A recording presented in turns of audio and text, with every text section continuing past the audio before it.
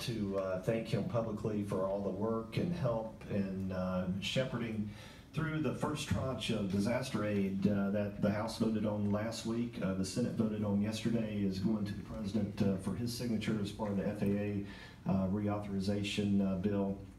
As I think most of you know, there was about very strong vote. I think it was 93-4 or something in the Senate.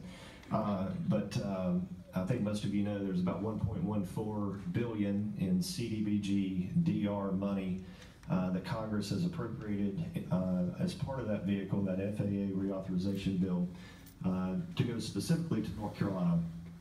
And of course, that's administered by the state under Mike Sprayberry at emergency management. But that is the most flexible account that Congress can appropriate money towards for housing, infrastructure, and anything else that the state wants to do with that. Now that is the first step. Congress will come back. We're going to be pushing very, very hard for supplemental later in the year. Of course, it takes a little time to determine what the damages are throughout. Obviously, you got a lot of beach damage. You got a lot of FEMA issues. You got a lot of HUD issues. You got a lot of transportation issues, infrastructure in general. Agriculture was absolutely devastated all throughout the district in eastern North Carolina. Areas that didn't flood, they still got so much rain that it wiped out the crops.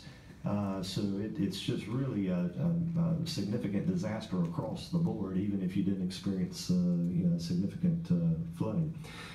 So that is going to be part of the input that we need from you all, not only today, but as we move forward.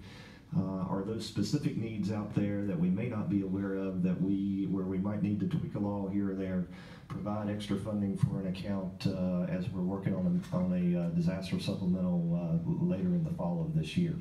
So with that, let me turn it over for my colleague, Representative